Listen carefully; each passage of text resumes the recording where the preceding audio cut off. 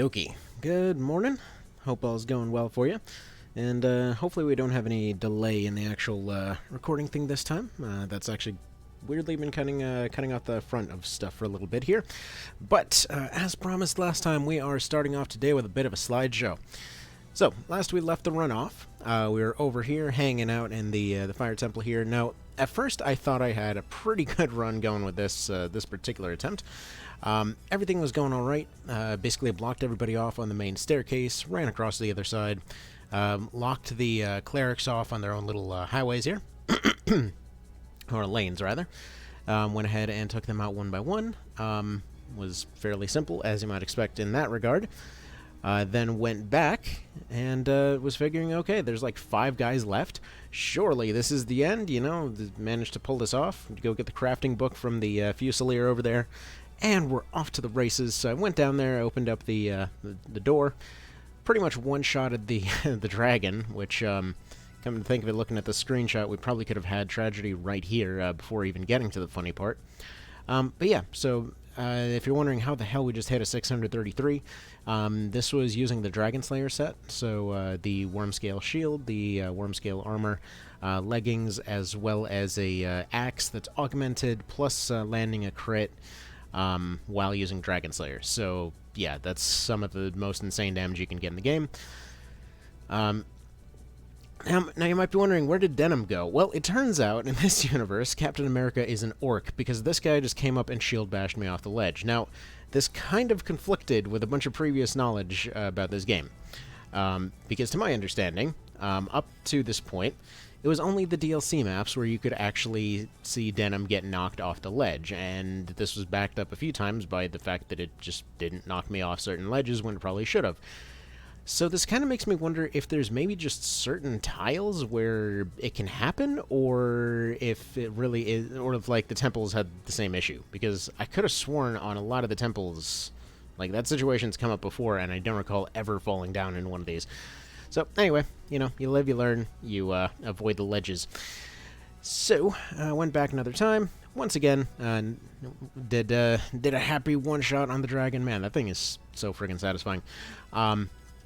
And yeah, the nice thing with the Wormscale set is, yeah, you don't have to be a Dragoon in order to be able to pull that off, so that's always fun. So in this case, what I'd done is, instead of going all the way across the map, I went ahead and locked off the left lane in order to make sure that I could just trickle them all in one by one. Because I was noticing when I was putting down phalanxes, they basically would only send one guy. I'm not really sure why. The rest of them were perfectly content to just sit on the other side, but they would only ever force one guy through. I've tried this on other maps, and it wasn't really consistent, so it might be an elevation thing. Like, maybe they're looking at it and they're seeing, like, a 4-tile elevation difference between the different moves there. I'm not sure. Maybe it's just the AI figuring they can only move 1 tile at a time anyway, so only send 1 guy. Who knows? At any rate, eventually ended up getting the Fusil Enchilada over there. I'm not sure how much good it'll really be, considering it's basically worthless without the original Fusil book, so we're going to have to go back for that at some point. Anyway, we have the option to get a better gunblade if we can somehow find black powder anywhere. If you're wondering, by the way, we can actually get the Fusilier. That's not actually an issue, which I meant to do this... crap, I meant to do this last time. So, I've mentioned a few kind of grind goals that I was planning for, and that was one of them. Alright, so the reason that I have this set up in a V-shape, by the way, it gives you the most coverage in terms of overall phalanx tiles, and it also prevents being knocked off the ledge, because in order to get a good shot, that dragon would have to take about 3 or 4 turns to get into position, so I just more or less made sure that I couldn't get sniped off the ledge again. They were still dropping a lot of debuffs, they were still dropping a lot of damage, but still, one-on-one, it was pretty manageable. So I went through, took them all out, one by one, as you'd expect. Finally, once that was done, went around and collected all the cards, collected all the bags, and that was the end of that. Well, collected most of the bags. There was no reason to collect some of the bags, but I did need those cards. So, ended up getting well, stuff that we already got. For some reason, I thought the Biblion Spiritus was new. I think I already had a couple running along. How's the run going? So far, I'm just going through kind of like a recap of the grind since last time. So there's a screenshot function in this game that, honestly, Apparently it took me 12 years to figure out how to use the screenshot function, but whatever. So yeah, that's what we're doing. Also, I just noticed the chat box is a little bit cut off here. Let's get that fixed. Let's move you over very slightly. There we go. That should be a little better. But yeah, so far the run is going astoundingly well, actually. So that's kind of what we're covering here. So yeah, last time we got stuck in the Fire Temple. This is just a recap of everything that the grind achieved, because honestly there are a few people rightly complaining that the temples, they may look pretty, but man oh man, is that not necessarily a fun thing to watch. What is going on over there? Oh, that's the cat. Okay. Sorry, I was wondering why on earth one of the kiddos might be up at 6 o'clock, but that was the cat moving off in the background.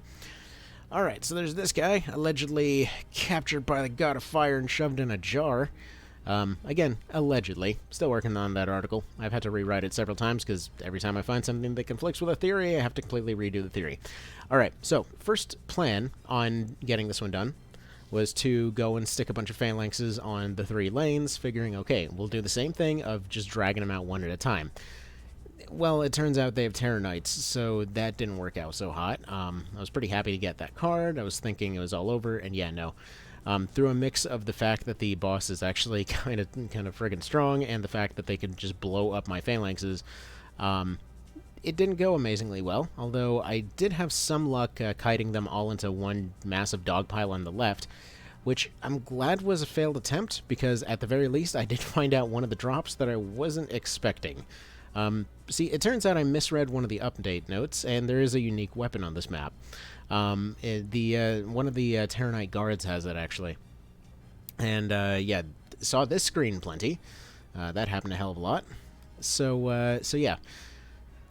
We'll get to that drop in just a second here. Now, this was another idea of, like, let's just go ahead and hide in the middle. There's not very many tiles to move around, but then I kept having an issue with fear. It kept coming up.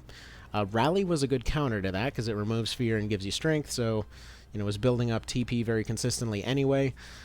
So, either way, I just replaced Siege with Rally for a while. It worked. Actually, after a certain point, for whatever reason, it started just preventing them from using it whatsoever. Not sure. Not sure why the AI suddenly figured out how intelligence worked, but whatever. So, in this particular map, the whole idea of running and taking them out one-on-one, just trying to, like, power through some of the early ones, that initial charge wasn't working. Like, I would take out a couple of them, and then would just get flattened. It just kept happening again and again and again, and I can't help but notice, in this map, you can't get knocked off the ledge. No clue. No clue what the deal is with that.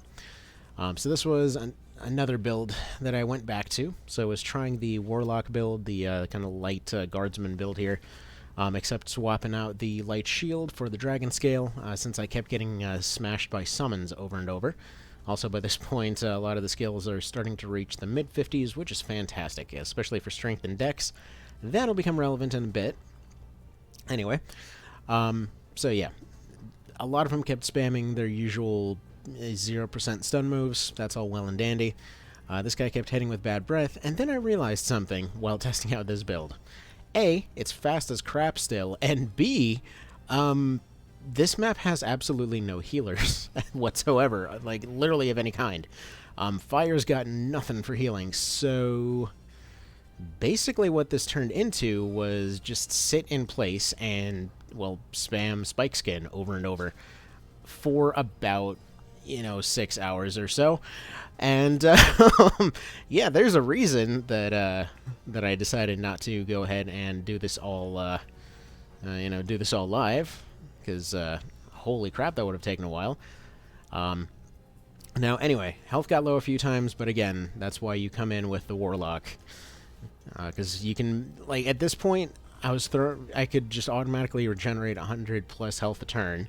At the same time, they could only do about maybe 70 or 80 if they had all their stuff going. Sometimes it was as low as 20 or 30. So it was just sitting and regenerating, and there's the drop. So I should probably explain this real quick. What I was waiting for, and what I was trying to build up health for, because truth be told, you can stay on low health and just keep spamming Spike Skin and have no risk of losing this fight. And if you sit in the middle here, actually, wait a minute, I think they can knock you off the ledge. That's why I was sitting on that particular tile. I just, for some reason, those corner ones you can't seem to get knocked off of. Anyway, so yeah, I was using this pillar to try to prevent any movement from the right side. But if you stay right here, eventually the Wukong guy will just run up to you. It took a while. Like I said, this particular fight took hours to pull off. But eventually, you know, you just throw out a bad blood. Doesn't matter how much you have saved up there, because, I mean, it's going to be in Venom. It's going to get him lower health than everybody else. And since everybody's just bouncing damage off you the entire time, it does nothing. Hi there, Stukov. Hi there, ProCow. How are you guys doing? So if you're wondering what's the deal with the Wukong, you've already got a bunch of two-handers. It's the one-handed two-hander. That's what makes it unique. I thought this thing was in the Palace of the Dead, but apparently it's here. So yeah. Wait, your back is broke? Wait, for real? What happened? You alright? Hang on, we gotta take a moment. Mr. Cow, are you alright?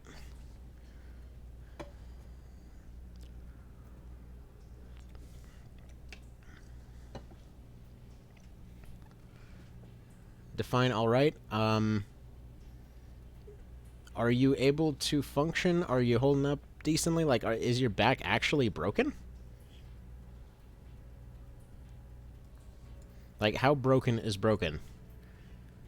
As in, did you go on a long shopping trip and wind up, like, perma-crippled or something? Or are you just having a bad back day? Let's see, 5 things. Just learned yesterday something new about Xenonauts after 140 hours of gameplay. What did you learn? Which, by the way, funnily enough, this was actually originally going to be a Xenonauts thing, and then I realized there's no way in hell I'm going to remember this whole long sequence of events, and figured I'd go ahead and do, you know, screenshot story time here with this whole thing. But we got to find out what's going on with Mr. Cow first, because that's nothing to, that's no laughing matter there. Let's see. Didn't know there was a setting to have an end of turn autosave. Wait, there is? Dude, that would have saved hours on the XDiv run. That's amazing. So you're trying to crawl back into bed from the bathroom. It's quite difficult. Back keeps spasming. Oh, you need to get those, like, electronodes on there. I had that a while ago. I had that after a car crash. It's like, I think most insurances cover it as one of the most basic things, or you can just find them for like $10 or something on Amazon. But there's like these little electronode things you just stick to the parts that keep spasming. And as long as you do it on a low setting and you just do that every now and then, it actually works pretty well. Or, optionally, take a warm bath. That does the job pretty well too. Alright. So yeah, you know what? For whenever we go back and we do challenge runs of XDiv, that'll be something to remember. Also, let me turn this music up a little bit. How's the music, by the way? Hopefully somewhat okay. And that one's too loud. Sorry, the songs all have different volumes here. But anyhow, Mr. Cow, I hope you feel better. Try the bath thing. Try the nodes. Hopefully it recovers quick. What happened, if you don't mind me asking? Made it back to the spot. All right. Well, gotta go bribe somebody to give you a back rub or something. Yeah, TENS unit. Yeah, that's the one. That's the one. Because my brother actually, yeah, he got one of those, I think, for his birthday last year or something like that. But yeah, no. Like, in terms of constant back injuries and whatever else, he's actually, like, a handyman, and, well, he does a whole bunch of things. It's best to say, like, handyman and artist, because dude's all over the place, turning stuff into other stuff. So he just started spasming in the bathroom and on the way back to bed. Oof. That's always annoying. Well, at least hopefully you're cozy now, yeah? I'm glad it wasn't, like, legitimately, you know, snapped your back and now you gotta run around on tank treads or something. That would be pretty awesome, though. Anywho, so, to continue the story here, this was the end of that particular one. Like I said, just sit there and spam Spike Skin if you don't care about getting the Wukong. If you do care about the Wukong, just poison the guy that has it, and everybody else's health will end up dropping at the same rate, so you just kind of reflect damage until that's done, and just keep poisoning the guy if you have the opening. Catcher. Yeah, heating pad. True. I was saying the bath earlier, but yeah, heating pad will do the trick too.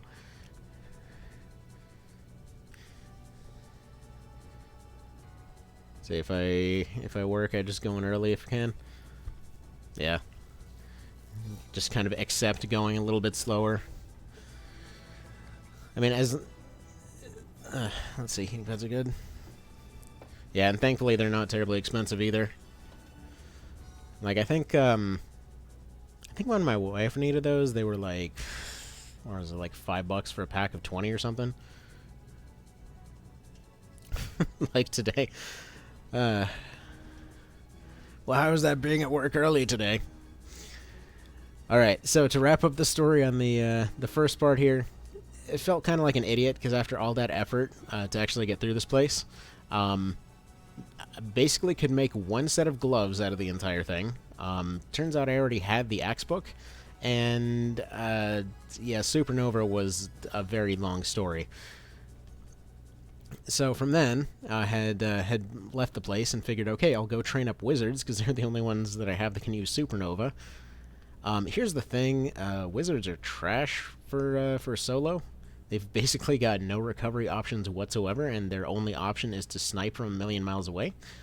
So while I could get through a few fights, generally most of them ended like this. So that grind continued for quite a while, but yeah. Eventually ended up switching over to experimenting with double attack builds, just to kind of see what would happen, because I figured, okay, if the wizard is just straight up not going to work, then we're going to go ahead and go for sword masters and try to go for a Wukong setup, because I figured that thing has a negative 60 agility penalty. I believe that's the highest in the game right now. So combine it with a one-hand sword, you basically have functionally a negative 20 for a whole lot of extra damage. But yeah, ended up finding out something a little different along the way as well. So what we've got here is an attempt to start with the Swordmaster. That wasn't going super well. Got through a few fights, ended up getting my loot stolen again, as you do. But ultimately, yeah, I got sick of the Swordmaster and decided, screw it, we're gonna go for something else. Got some Druid marks over in Frampa. That's, I mean, I can't use them, but whatever, that's neat. So let's see, went in at 4:30, hoping to get done early to finally get into Felseal since I've been so drained lately. Oh man, it's gonna be a good time when you get into it though. That game's so freaking good. Like once I finish OV solo and level 1 and all that, I wanted to do a whole bunch of challenge runs of Felseal. I have so many things I want to do for that one. Okay. So at this point, for some reason, I had the mistaken notion that this fairy was the one that would drop the new slingshot item. Turns out, no, it's one we'll get to later. So decided to go train hammers for a little bit. So went over to Berserker and then realized, hey, double hammers are actually pretty strong. You know, it's pretty neat. It's pretty fun. You know, just went around hammering everything. Got my skeleton team here because something triggered to give them a neutral tendency this time, so they didn't even bother attacking, and they cleared out most of the map for me. Then we got to these two maps, so I figured, you know what, screw it, this double hammer build is going pretty solid. Actually switched over to claw and hammer, so basically claw, get poison, finish off with a hammer for the stun, and figured, okay, you know what, it's still a pretty solid training method. The numbers are there to get past this particular map. I couldn't remember if I actually picked up the crafting book from here or not, so I just decided to go for it. Turns out, I think... Hang on, did I end up actually... I need to double check if I have axe, spear, and hammer. Because I know I didn't get it on this time around. So, for some reason I thought Heavy Lorica was a unique. It wasn't. Anyway, so I kept trying this map over and over and over with this weird builds. All well and good. You know, eventually got through it. Eventually switched over to axe and hammer, which was pretty solid. There's this one particular map that I thought I had actually pulled off a good win setup with only 1 health. That didn't happen. So came back a second time here, started building stuff up again and again and again, and it was this move right here, I believe, that ended up making this map winnable. That I switched over to fist and axe, which is so the old T-Rex combo, as I like to call it. And yeah, here's the thing: that if you have the right advantages going into it, like, for a solo here, it is monstrous as far as the damage it puts out. So yeah, Howling Rage, plus... I mean, Howling Rage basically one-shots almost anything with enough TP. But then the combo of the Poison and the Breach ends up working amazingly. Doing Axe and Claw instead of Claw and Axe, it's workable, but it's honestly not worth the loss of Invasion. So, there's that. Anyway, so got to this map. It was kind of a curb stomp, to be honest. Was not expecting that one to be that easy. Then got over to the U-turn map, and this one took ages. But, you know, was being all stubborn through it. So I tried the same setup as before, you know, the charge-in and retreat option. Occasionally... Oh, you know what? Here, let me backtrack just a second here to explain a few pictures ago why it mattered, why that Howling Rage taking out to, well, the Warlock and the Witch, why that mattered. So, when it comes to the types of damage that are thrown out, typically I have, like, with this setup here, by this point I've switched over to Claw, Shield, and Light Armor. So, alright, I'll say in a moment there, I still don't know what exactly to call you. I'm just going to call you 3R. 3-row? Let's go 3-row. It's like I don't know how you remember that. Anyway, so the reason that it mattered is because for most of their melee stuff, they've got very low odds to hit because this setup is like about 80% of the way towards completely max evasion. So most of their attacks have almost no chance to hit, and it kind of just comes down to RNG and being able to take them out in 1 or 2 turns. When it comes to the archer units, I've been running Deflect. I got rid of Parry for now, and I've just exclusively been running Deflect. With the fact that this build has relatively high luck, generally Reflect ends up proccing quite a bit. And so it kind of just comes down to wearing down the frontliners, dragging them out of the way, and then avoiding the Witches and Warlocks for most of the fight. Ideally, anyway. So with that done... they're the only ones that can actually consistently do damage. It's like the melee characters can do anywhere from like 50 to 150 with their attacks, but they've generally got 25 to 55% accuracy. For the ranged attacks, they've got roughly a similar, like, I'd say probably like 40 to 70% accuracy. However, they've also got a 40% chance to just miss on top of that. From there, though, the regular wizards do nothing, but they throw out a lot of debuffs, but the witches and warlocks are able to do 100 consistently. I think it's about 70% accuracy for about 100. If they get the second one, it can be like 150. Anywho, so I got lucky here, because I was trailing them all the way back, and I figured this was going to be another complete wash of an attempt. However, notice the Rune Fencer, or the Valkyrie, rather, right there in the middle of the map. And notice how the Knight has dropped phalanxes in the way of absolutely everybody. Yes, the Rampart Aura doesn't actually affect them, however, they can't take those tiles, and it screws with their movement. So I ran all the way to the back here, figuring, you know what, I'll just keep collecting cards and whatever else. And then I picked up a luck card. It was about a maximum roll in terms of how much luck you can get, and on top of that, the RNG was kind of interesting in this one, because I kept getting hit by 40%. It's one of the reasons that I figured, you know, this one's a complete wash. Anywho, stuff got incredibly lucky. Now you may notice that bush disappeared. So that Rune Fencer, or again, Spellblade or Valkyrie, whatever you want to call them, ran up and took a spear stab. It is the only time she swung her spear in the entire fight. But she broke that bush, which allowed for basically allowed for hiding in the trees. So I snuck in there, kept basically chewing on healing drugs like an absolute crackhead until healed up all the way. And then from there, the Knight kept throwing out more phalanxes, as they tend to. They blocked off pretty much everything, and so, you know, I just healed up to full and would come out and do Vendettas and Howling Rages as they were available, and just took everybody out one by one. So that went astoundingly well. Eventually the Knight died, eventually all these guys died. I was incredibly disappointed, though, because I thought the Knight was the one that ended up dropping the crafting book here. Turns out they don't. Anyway, so we get to the next map. It's the Mass Ninja map. This one, I could have absolutely sworn was more difficult than it was, because it always gives me difficulty in regular runs, but then I realized pretty much aside from the Dragoons and TKs, everything here does light damage. So basically they're all focused on DPS, and I resist DPS like absolutely crazy. Not to mention they specialize in being accurate, but our evasion is so high, plus it's raining. Like, if this wasn't a raining map, it probably would have been way more difficult. I didn't think about it at the time. But all it consisted of was turning on Siege, charging up TP, and then just eating Mending Leaves until I ran in and did counters, took out some of them, Howling Rages took out the rest. This was functionally like if you've ever played Armored Core 4 Answer, if you build a Primal Armor build, basically that. So just like run in, explode, take a couple turns to recover, and then, yeah, just beat the crap out of everything there. Unfortunately, I don't think it actually gave me any crafting books, so not sure what that's about.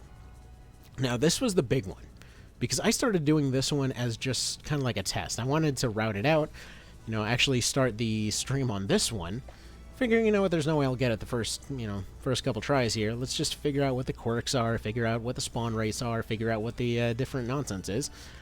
Well, again, apparently that luck bonus from before ended up carrying over, because holy crap, the 50% just refused to fail this time around. So yeah, just kept blocking over and over and over, kept deflecting pretty much every rock that they threw. So dragons at this point typically spend about 70% of their time throwing rocks. All the rest of the time they try to get in close.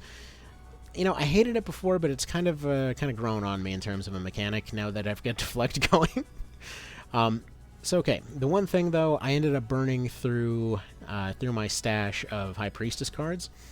Reason why that's relevant, it's probably one of the best healing moves in the game right now, but you're very unlikely to actually find them anywhere, since it's essentially like a 40% drop on the cards, something like that, and then on top of that it has to be like a 1 out of 12 to be that particular card. So there's two particular cards that I need the most of, and I can't help but notice that the High Priestess cards and the ones that give you Ivory Tower are incredibly rare. So yeah, ended up burning through most of them to get this dang piece of jewelry. So for those that didn't know, at a certain level, I believe it's after 27 or 25 or something, this blue guy can spawn in this map. Blue guy does not have any unique drops. However, blue guy can be robbed about 7 times in a frickin' row to give you a piece of jewelry. Now, why on earth they thought anybody would do that is beyond me. Also, apparently, Thrown Weapons 1 was here. So that's cool. We're never going to use that. So, since... okay, one thing that became clear throughout this entire process, which, by the way, by this point, I think I'd stolen from the guy 3 times. So it starts off at 49%, it does a couple of those, then it goes to like 37 or something, then it does a couple of those, then you got a couple 20s, and then then once you actually get to about 13% or so, at least at this guy's rank rating, or at this guy's steel rank right now, that's when you actually get the ring. So yeah, I noticed that the familiars on this map, their MP regen is garbage. Like, it's amazingly bad. So yeah, just a mix of poison and counters was actually enough to overwhelm their healing entirely. So yeah, start off with the 2 iron ingots, then it's 2 pin cords, and then I want to say there was a healing item in there. Yeah, I thought it was dead with this Frost Breath, but once again, RNG came through and ended up sniping a few of them. This was kind of basically the way that I had this set up, if you're wondering how we're lasting at such low health. So you put down... The reason why this is so strong is you can take your entire turn, like, booby traps I think are 30 points or something like that. You throw one of those down, they cost you next to nothing in terms of the damage you're losing. You're losing maybe 20-30 damage. So you throw one of those down, it gives you the option to heal half of your health. So in this case, it is healing more than the best healing item that I've got available, because the best healing item is like 150 plus 70 or 80 or so, give or take. This thing would heal about, let's see, well, I guess about the same, about 230, 240-ish. Actually, I think it was 233 or something. Something along those, or like 243. I don't know, somewhere along those lines. But you would just put down the card, you would throw out a finisher, and then run in and take a heal. So it basically is the only move that allows you to take a full heal as well as a finisher on the same round. It's an incredibly strong strategy that I was hoping to save for the final boss, but screw it, we'll get there. So yeah, just figured I could spam the hell out of this. I ended up getting another pin cord. It took quite a few steal attempts to actually get all this crap, but yeah. So this looked like it was another amazing finish here. We got one dragon getting finished off. The other one is exactly on how much health he has. This will be just great. And yeah, no, he's surviving on 1 health. I mean, he's poisoned, so it doesn't really matter. But then right after that, ended up finally getting the Reaver Ring. So we'll get to why it's interesting in a bit, because I haven't looked at its latest version. I believe it gives you stop proof, which means that we could essentially take any maps that don't have stun and use the Reaver Ring instead, because it's a pretty dang good item, and it gives you haste. Alright, so that went well. We got musical instruments. And now is when we get to the run proper for today. Because one of the items that, honestly, I considered kind of a write-off for the time being, and I didn't think I could ever get a hold of, well, that's suddenly back on the menu. So let's go ahead and... Well, I'll see how loud the volume is in a moment. I'm gonna need a volume check pretty soon. And I'm gonna leave that running in the background because this... Wait. What? Where's my sound? Alright, let's go ahead and shut off this real quick. Sound?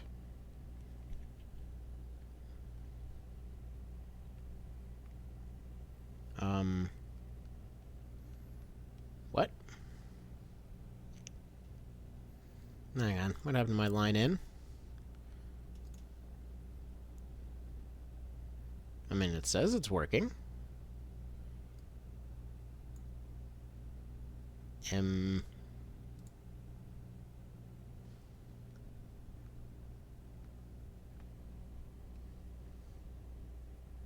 on. Where does it show line in here? Alright, properties. Huh. Alright, hang on. It's not detecting anything. Let me mute it real quick and go figure out why it's doing that. One sec.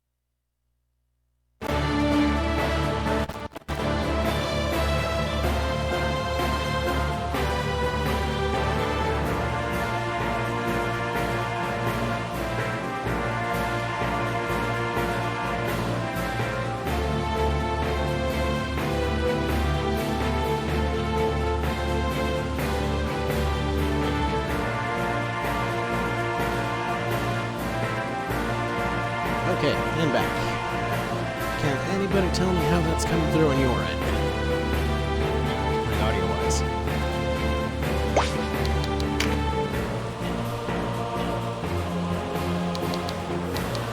I'm just gonna go over the build that we're running here real quick. So, the funny part is, this isn't even like max Ogre at the moment. At this point, it's, yeah, it's only rank 4, so we're already one-shotting stuff at rank 4. It feels like the break point for the rogue, somewhere about like 55 strength, 52 dex. It's around the point where it feels like you started breaking stuff. So that's pretty cool. Okay, as far as this map is concerned, there's a few things to consider. Going down the right side is basically a endless mire of pain and suffering. Going down the left side might be your best option. As far as all this goes, like the right side guys will generally just stay there. So we've got 17 blue waters. So we'll just enough to deal with these guys potentially. Really the issue is not the skeletons as much as the archers and casters over there. The biggest threat is actually the Terranite, which we've got answers for all this stuff, thankfully. Again, we're kind of burning the road here because we'll be using for quite a while after this. I think the next big grind rather than the temples, which I do plan to still go through the temples. Actually, let's make this one a little higher. Hopefully that's okay, Bones. Please, if anybody happens to have a keyboard nearby this space, do let me know.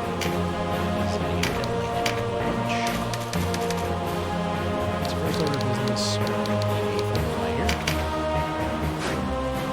Now, it's the human knight on the left side that's got a shield craft built up.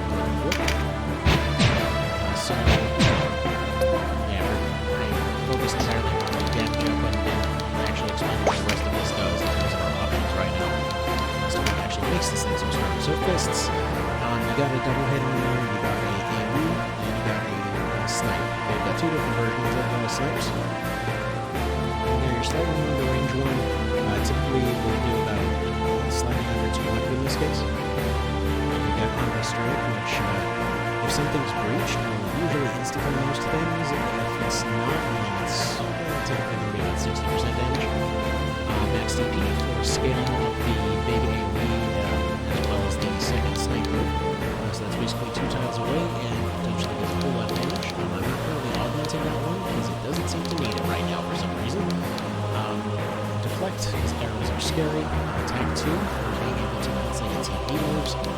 Speed Starter for action turn haste. Stop turn or stop order so that we don't get completely ganked by berries. Booby Trap for just everything. It's easily one of the best skills in the game, to be honest. Once we get access to some other... Wait a second. Can he become a commando? I don't think so. He can, right? I don't think he can. Yeah, I think that's exclusive for me. That might not be true. I'll double check later, but I'm pretty sure that's exclusive for me. So counter hit for obvious reasons, up and earth for fairly obvious reasons. Build out. Just get some items. Items are good. It's pretty handy to have. This guy's basically a walking pharmacy, to be honest. Now, before attempting this, I really should have stocked up on items. Again, I did not expect, like, it's one of these cases where I didn't have a plan for this because I did not expect to get this far. This in no way should have been possible. Well, I guess it's not necessarily in no way should have been possible. It was a build that worked for the situation that was needed, as well as the fact that our stats have been gaining. We'll get into pretty solid gains lately. Again, this is stuff you'd never get in visual. So we don't actually have this much for the command. It's worth looking into.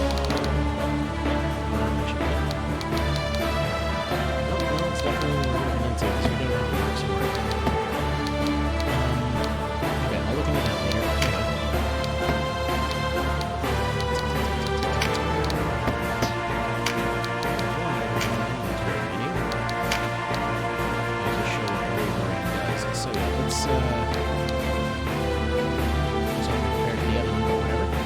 Instead of strength and dex, it gives you dex, agility, and poise. It gives you stop roll, speed stars, steel for +3 if you really need it.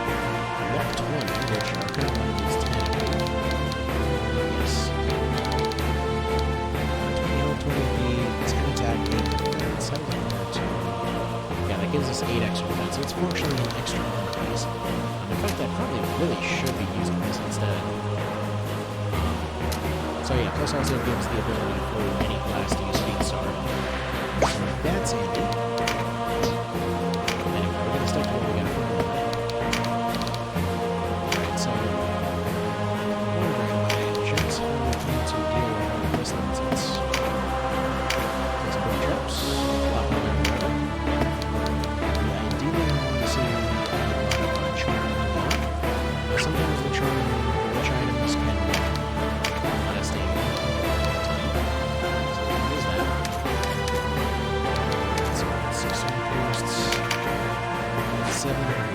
ideally, this is why I'm hoping to not use the cards, but, you know, that's what eventually happened. Now, there's also... Oh, shoot. Sorry. Where did those go?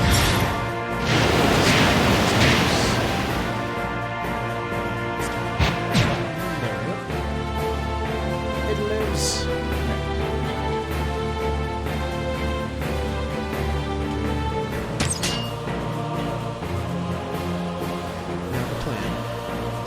To set up a bunch of traps, ideally a bunch of charms, have them fight each other, because each of these traps will take out half their health. So, basically, after we get hit by half health, we throw out a bunch of poison, just deal with anything that goes away as it goes away.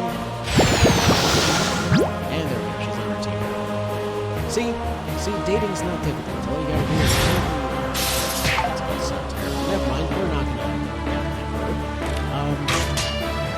No booby trap for your date on your first date unless that's what they're into. Moving on. We're going to take out those golems. Freaking Jesus, look at that nonsense of an HP bar. So yeah, at this point, it's plus point golems get pretty strong. And yeah, we can scale up our damage by rolling numbers. Actually, we can get the crafting one over here.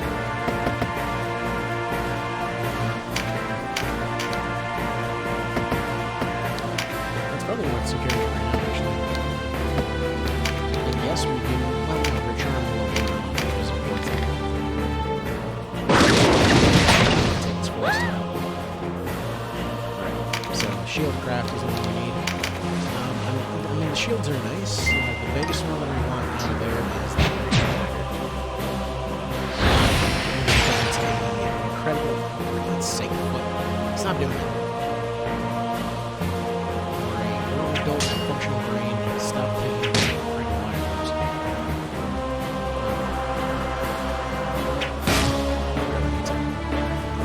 Last 3 days it's turned into a mess because I've been trying to figure out how to make it work instead of knowing.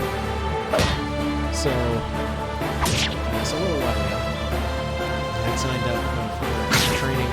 Jeez, come on, RNG. Anyways, please. So yeah, a little while ago, I signed up for his new job.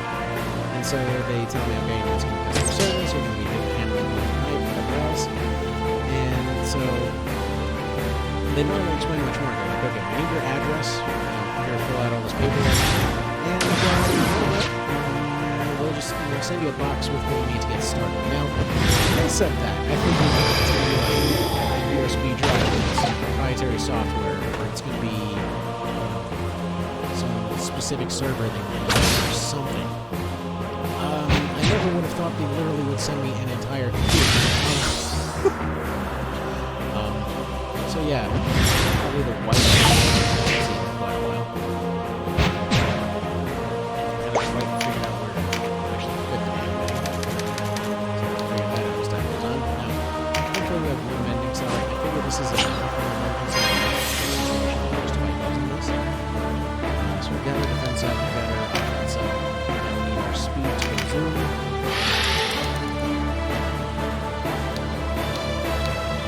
Unfortunately, that's a whole lot of 50%. It's probably worth checking days ago to make sure I'm not really screwed here. Please tell me I'm not supposed to expect anything. Starship Promise don't expect much. Oh, for God's sake, we're gonna die.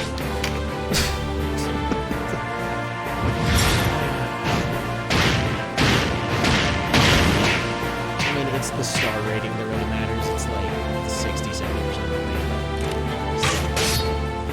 It's not great. You can see all 40% are just not going away. The problem is, we took the kill there and we're able to get the bag. So okay, we've secured that early and we've gotten a potentially dangerous unit out of the way. I say potentially because it's kind of situational. So under most circumstances, that knight would have been absolutely threat and actually would have been helpful. She throws her phalanxes, in most cases, knights are eliminated swords, which means that if you come really high armor, this guy does.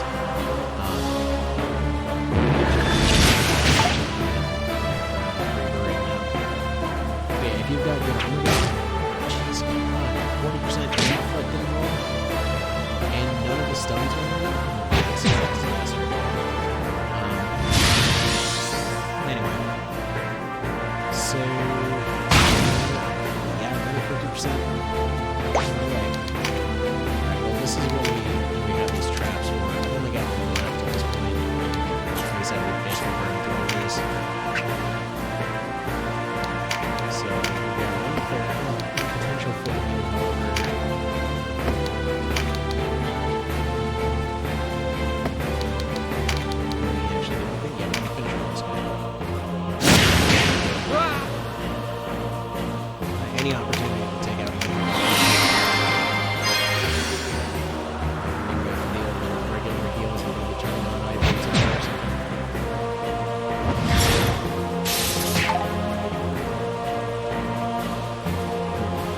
there's actually an interesting build with one of the new drops from this map, if we can potentially get it. From, let's see. It's this map. Might be another one.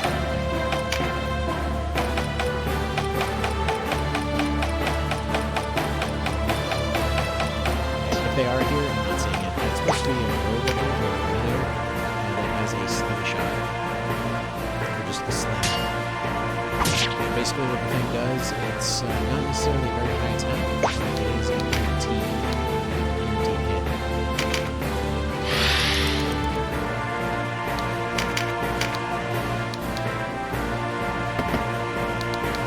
I'm just going to take it over here. It's going to top up all the way forward.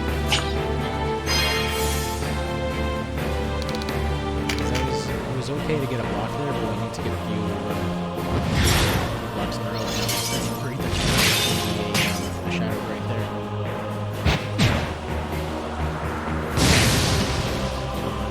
Almost 50% to the red base.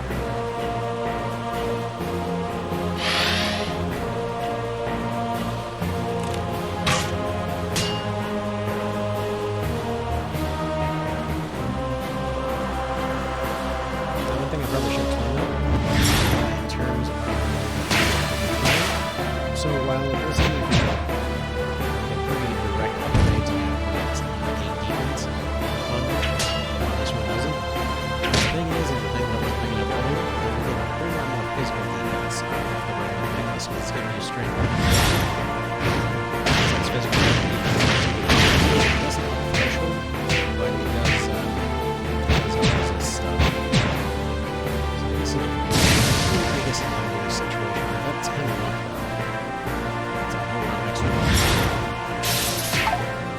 I'm thinking probably like Raven Raid should be pretty busted. Let's see what we get there.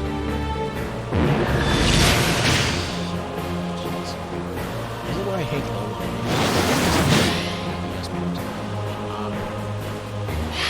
So hey, you think I might have a turn at some point? Nope.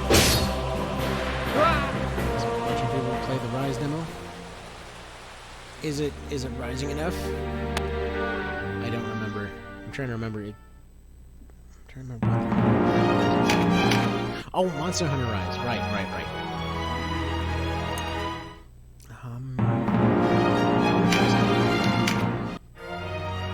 back to the same here. Let's see. What have been people like, or how have people been liking that one so far? Rerun here. I mean, it's a pretty solid boost.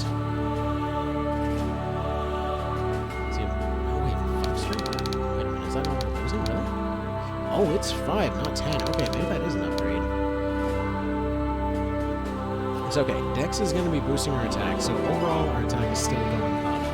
We're apparently getting more defense, because while we do lose good in strength, we get more hard defense. We get a lot more avoidance. We get a lot more evasion. Alright, well, let's make that happen.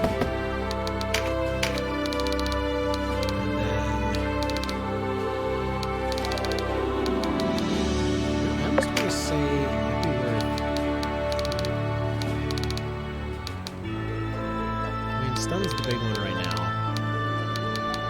Slow would probably be a close second, plus poison, but we'll go stun once. We'll save that one. So we'll save that now. I'm gonna take a few saves here just because I want to set up and fight again. Just because the demons that you need don't always spawn. I believe this knight is a pretty good chance as well. Get our evasion up even higher. That should be really helpful. Yeah, she's here. Perfect. The only downside with this setup is we need to make use of its longevity quite a bit.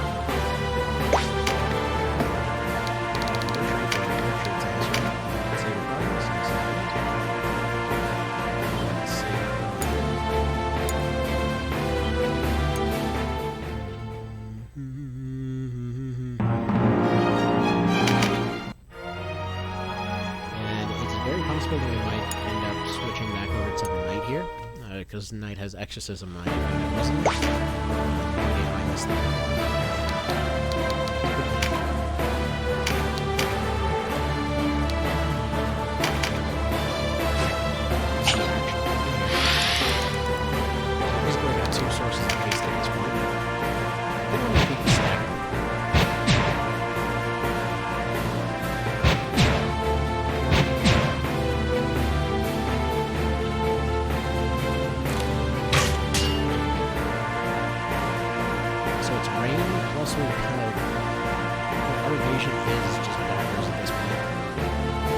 This high of an invasion, some characters from the shop all the way up to level 50. This is what they need to get at. So it's pretty darn strong, is the thing. Let's see. Let's sleep. Actually, slow.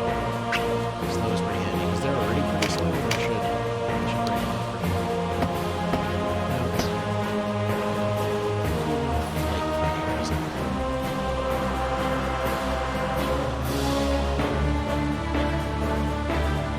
See, that potentially, if we can get to that time over there, there's potentially some really good cheese here.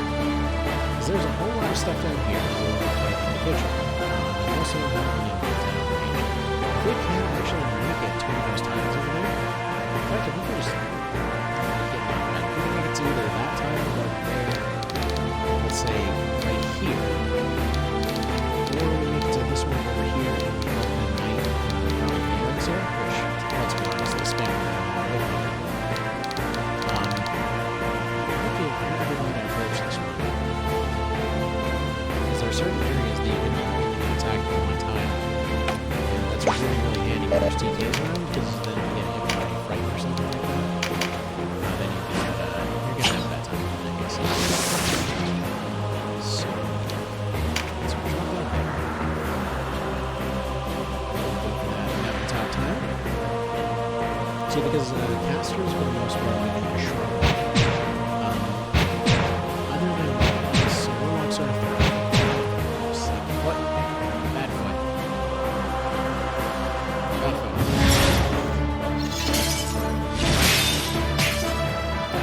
Actually, speaking of things potentially involving a lot of feet and rushing, I'm not sure how many folks saw it lately. I've been recording and collecting bits and pieces for a weird run of Battle Lords. So, well, I guess we still have the trap. It's possible.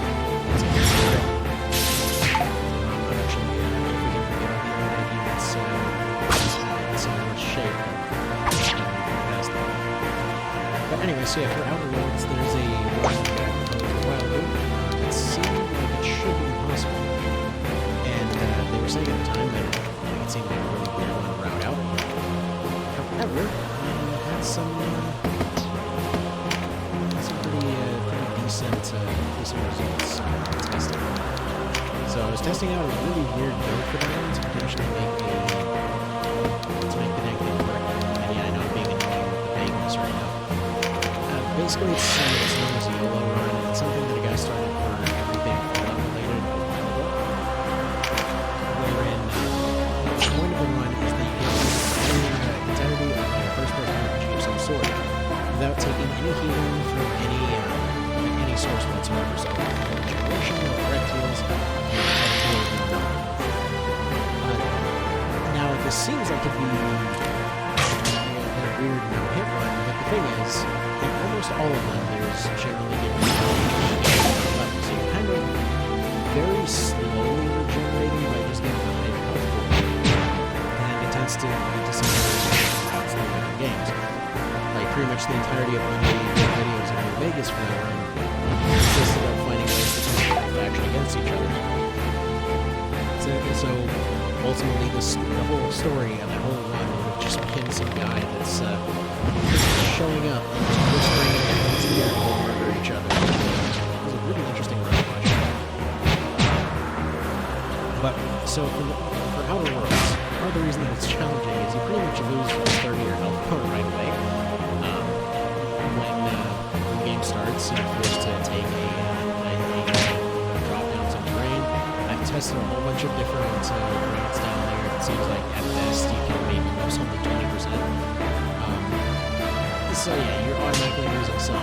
For another thing, you have a little bit of an inconvenience in the fact that your health, like if you get health boosts or whatever else, it keeps at whatever percentage you're at.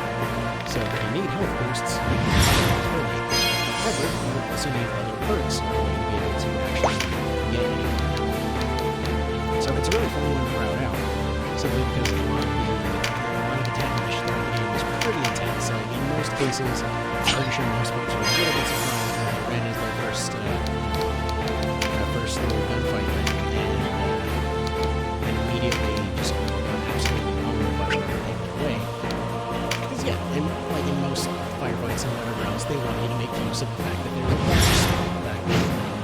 You basically have a X that makes you zoom across the map, so a lot of the enemies will fire at you very quickly and very accurately. I should probably mention this difficulty, which also means that you're constantly taking stat penalties from the survival mechanics and things like that. So, yes! That's all I want. So, I think when they had first proposed that, it ended up falling apart pretty much where a lot of them tend to within the first third of the game. Because it really only takes a couple of mistakes where you start to and so there's a lot of different ways you can go about it. I've seen some folks out there talk about doing it automatically. That's not entirely possible, considering the entire thing is just crazy. It's a weird way to describe it. One of the things as far as the lore universe and whatever else is just somebody put a work drug everywhere, and that's their excuse for why there's just bandits all over the place. They're like, oh yeah, there used to be people, but now they're bandits all absolutely everywhere. Don't feel bad about shooting them. So at any day, right? In most ones that I saw, I seem to propose ideas like.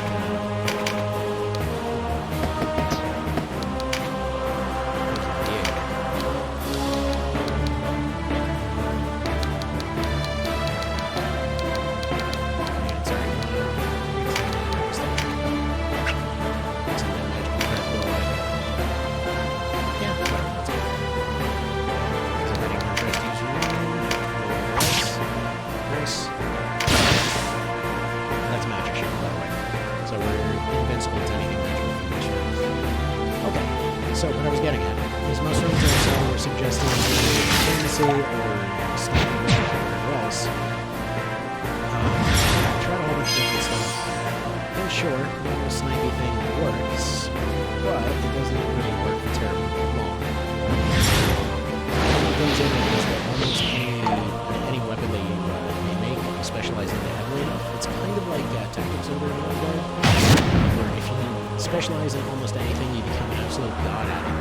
But that doesn't mean you're not going to take damage. So, for example, like build, despite the fact that you're supposed to never take damage, it works pretty dang well. The problem is, yeah, there's kind of traps all over too, and there's also the issue that in some cases you'd be forced into dialogue situations. So there's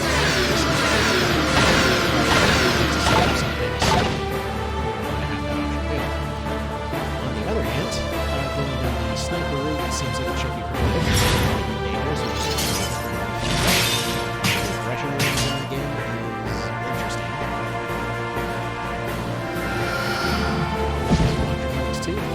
Yes, it totally does. Oh man. I can't believe I haven't been using that this whole time. That would have made Draconics. I could have been blocking Draconics for a long time. I really forgot that this was a thing. Anyway, so one thing I never saw anyone suggesting is a dodge missile. Simply because normally people think that was a stupid idea. It's really not, actually, and I was a little bit surprised by that. So yeah, why pistols? Okay, it's a little bit hard to explain, but there's a lot of like really gotta respond right now in moments in the game. So just like out of nowhere, there's just somebody that you ran into, you need to draw something on fire, and you're slow if you're going for a rifle or whatever else, your usual best one-shot option is going to be something along the lines of plasma shot, for example, where just charging the thing up and blasting away. Which I tried using heavy guns build for that one. They kind of run around sustainable fire. That didn't work excellent. However, I tried for a rifle build, and that works for the most part until you suddenly have places to run. They're a little slower when holding rifles, and also, in a lot of cases, it takes a little bit more charge of the fire for the stronger ones, and the competition. So, well, a lot of their, I feel like a lot of the pistol perks that you get are a little bit better. In general, rifles are better for the most part. However, I don't know, I just felt like the general mobility and the fact that you can pretty much do the same amount of damage with a pistol that you could with a rifle, while also having more semiotic and automatic stuff made it a bit better, which kind of leads to a very situational kind of other game, where any automatic stuff isn't necessarily a good thing, since enemy units get the dodge mechanic as well. As soon as somebody's hitting something, they will start to stagger to the left and right, which basically means that you have to guess where they're going. If it's semi-automatic, it's just move the thing over and you take another shot. If it's automatic, well, that stuff's in your way, you can't necessarily see what's going on. Anyway, it's kind of the general idea there. I found this very particular route called pretty much manipulating the entire first third of the game in order to get the best money discounts possible. And then essentially through a mix of reputation bonuses, military savings, and specializing for pistols, which allowed for getting this like scope magnum thing, which again is not the greatest thing in the world, but it is light. Another thing that you're probably imagining, you end up stacking up a whole lot of items and don't have a lot of carrying capacity. So carrying around a whole bunch of rifles, generally a bad idea. They weigh a bunch. Carrying around a bunch of pistols instead. Because we usually, it's kind of like the Borderlands thing. Basically, it just means that you have a whole different yeah, I'll be uploading that once I actually successfully complete it. Since then, I'm just kind of collecting videos to be able to put together the whole long montage. Just where everything came from and how exactly. Because yeah, it's a game that doesn't seem like it'd be difficult at first, but there's so many little things that aren't clear when you're just being tackled. Like for example, it feels like if you're just doing a normal run on your main character that you're set up for, generally speaking, it does not feel like there would be very much in the way of difficulty for actually getting through a challenge. It's like, oh, you know, just run into a car, you just crush everything, no problem, whatever. And then you start realizing just how quickly everything starts stacking up, and in some cases, you might not appreciate just how many bonuses you're getting by that point. So, for example, honestly thought that the build options were very limited until I started doing those runs, and then just the entire thing completely expanded in terms of just how open everything is.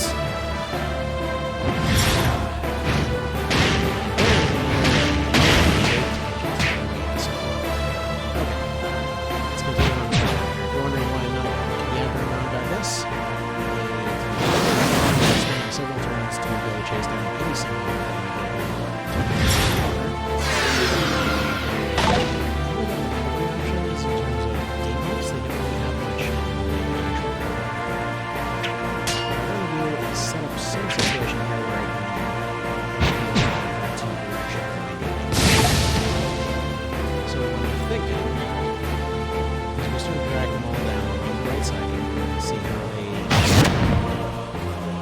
No friggin' way! Dude, I love knights in this mod. Oh, that's too good. If feel like trader knights are going to become a meme. That's cute. Absolutely amazing.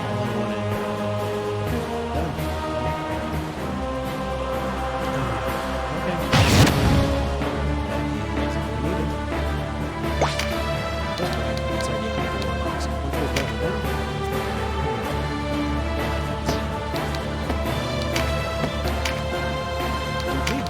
Clear on the debuffs for the chance. So I'm going to stay, I think we want migrates anyway, because we're probably going to make both attacks if we get down there. So we're going to have migrates anyway, we're going to attack the ghost. Actually, we're going to take another deal. I've got the warlock before the office one. They shouldn't have anybody that can work on that tile, because now we've got a weapon. We're able to physical attacks. See what we end up going for.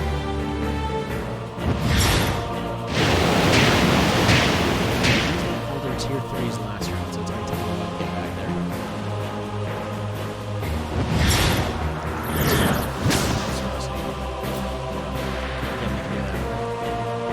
There's one fairies to go, so it's possible. Warlock first, though. This other stuff is very...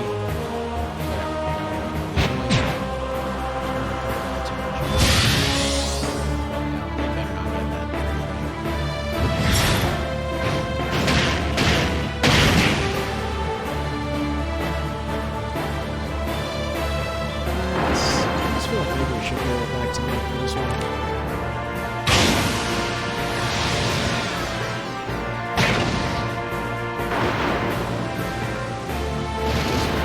Actually, yeah, if we get one would be amazing.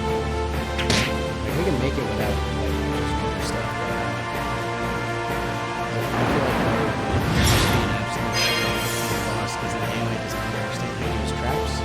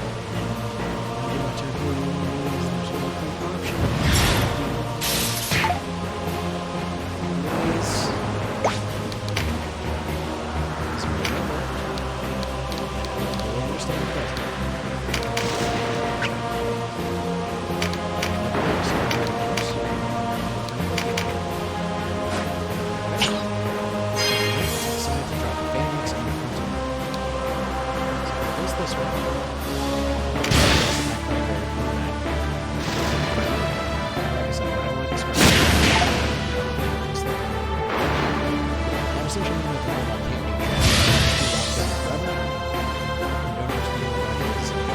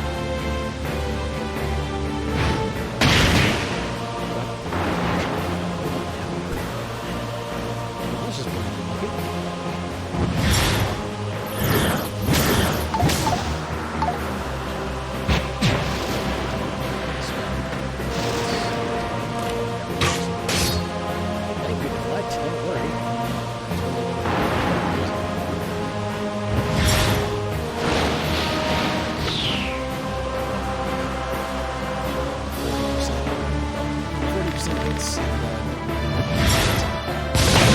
basically the game is straight to